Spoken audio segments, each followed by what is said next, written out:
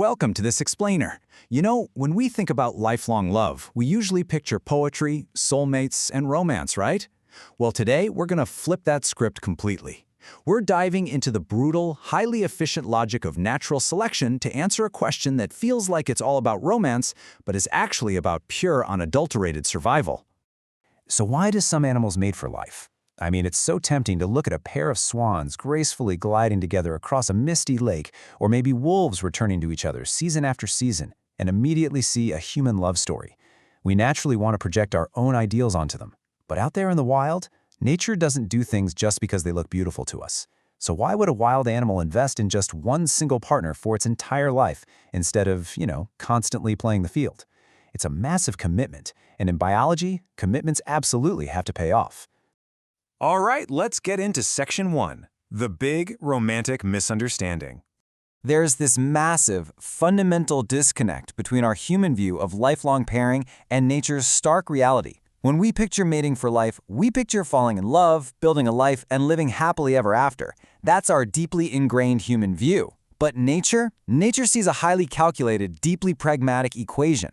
In the wild, mating for life rarely means eternal, starry-eyed devotion. It usually just means a pair stays together, maybe for a few intense breeding seasons, or perhaps until one of them dies, because it's literally the smartest tactical move they can make in a harsh, unforgiving environment. First and foremost, it's a flexible, long-term survival strategy designed to beat the odds.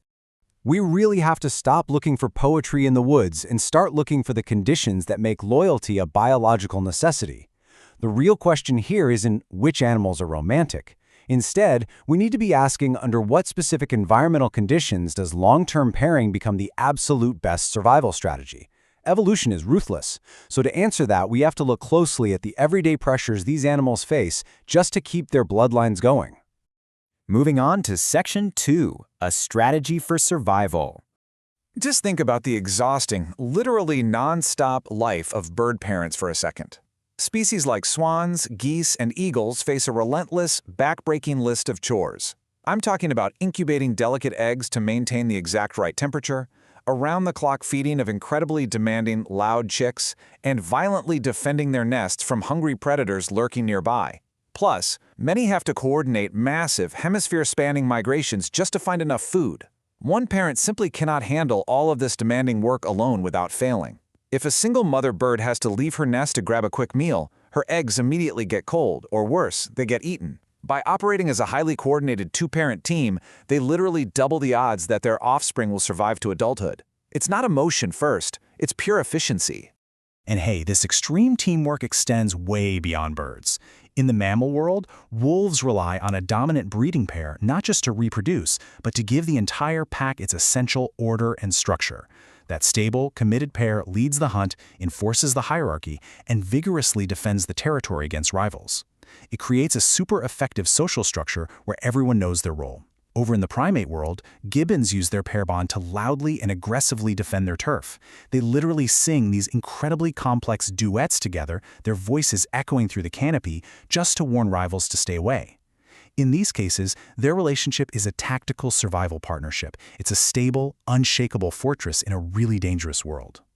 Section 3, the cost of searching. But what if the core problem isn't actually raising the young, but just finding a reliable partner in the first place? Searching for a new mate isn't like swiping on a dating app from the safety of your couch. In the wild, it's an incredibly dangerous, high-stakes gamble. Think about the massive costs involved here. First, you've got to spend precious time and burn vital, hard-earned calories just wandering around looking. Second, while you're out there searching and calling for a mate, you're highly exposed to predators who are always looking for a distracted, noisy meal. And third, if your breeding window is only a few short weeks long, you risk missing it entirely. Because of these life-threatening costs, locking in a stable, long-term alliance is often the safest, most efficient possible route to reproducing. Which brings us to the absolutely incredible albatross. These seabirds spend years navigating massive, unforgiving ocean storms, sometimes traveling tens of thousands of miles completely alone across the open water. When it's finally time to breed, natural selection heavily favors flying all the way back to the exact same tiny island to reunite with a proven, successful partner. When you live in an environment that huge, that open, and that harsh, gambling on a new, untested mate is just bad math. In this case, reliability completely beats novelty. If the system works and you successfully raised a chick last time, nature basically says, keep it. Plus, there are these profound, hidden benefits to keeping that exact same mate year after year. Over time, a relationship actually becomes a biological storehouse of ecological memory. A tested, veteran alliance will heavily outperform a brand new pairing because they simply don't have to relearn everything. They already know exactly where the best, safest nest sites are located. They remember where the most abundant feeding areas are. Because they know each other so well, they naturally sync up their reproductive cycles, so no one is too early or too late. And they constantly refine their division of labor. Like a well-oiled machine, they learn each other's rhythms, meaning the partnership gets remarkably more efficient with every passing year. All right, Section 4, Brains, Hormones, and Chemistry. Let's shift gears for a second and look under the hood at the biological engine running this whole operation. How does nature actually enforce this loyalty? Well, scientists studying prairie voles have unlocked a fascinating chemical strategy shaped by evolution. When these small rodents mate, their brains release a massive flood of powerful hormones, specifically oxytocin and vasopressin. The brain then physically links the scent and presence of that specific partner to intense feelings of safety, reward, and shared effort. Finally, a powerful, almost addictive chemical bond reinforces the behavior. The animal is quite literally neurologically wired to stay put. Evolution literally built the reward system directly into their biology. So, this means we shouldn't entirely ignore the emotional side of the wild.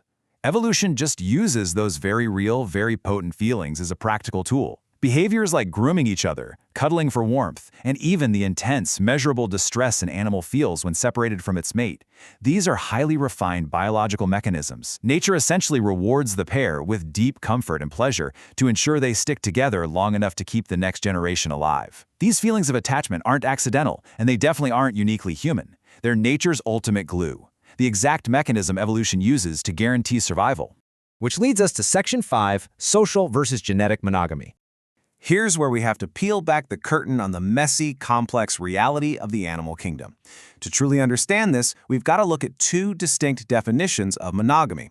The first is social monogamy. This is exactly what it sounds like. A pair lives together, works together, and tirelessly maintains a household to raise their young. Tons of species operate perfectly under this model, acting as an incredibly efficient two-parent team to handle the daily grind of survival, from building a sturdy nest to fighting off relentless rivals. The second definition is genetic monogamy. This is when a pair reproduces absolutely exclusively with each other, with zero exceptions. But here's the wild, often unspoken secret of the animal kingdom. Social and genetic monogamy rarely match up. It is incredibly common for many species, even the birds we think of as these deeply romantic icons, to keep a long-term household together, while secretly seeking extra mates on the side to guarantee genetic variety and stronger immune systems for their offspring. Nature loves a messy compromise, as long as it gets results and improves the bloodline. And that brings us to kind of a harsh, but honestly brilliant truth about the natural world. Evolution does not care about our human idea of loyalty. Nature is strictly practical.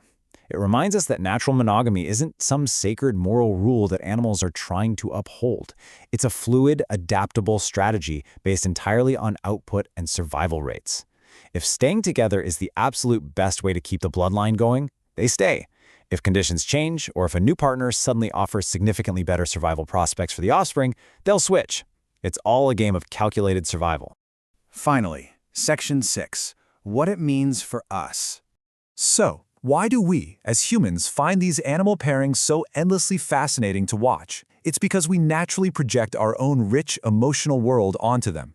We look at a nature documentary and we see a love story in swans or wolves. But the incredible reality is that underneath our own complex human emotions lies that exact same ancient logic. Surviving together means the lineage lives on. We think of lifelong partnership as the ultimate proof of love. And while humans absolutely bring deep meaning, complex ethics, and conscious choice into our relationships, we're still part of this grand natural story. Love, trust, and loyalty feel so incredibly powerful to us because, at the very beginning, evolution made those feelings remarkably useful for keeping our ancestors alive. Which brings us to one final, really provocative question for today. If animal loyalty is just a brilliant biological solution to the dangers of the wild, how much of our own romance is actually just an ancient, beautifully disguised survival strategy? I'll leave you with that thought to ponder.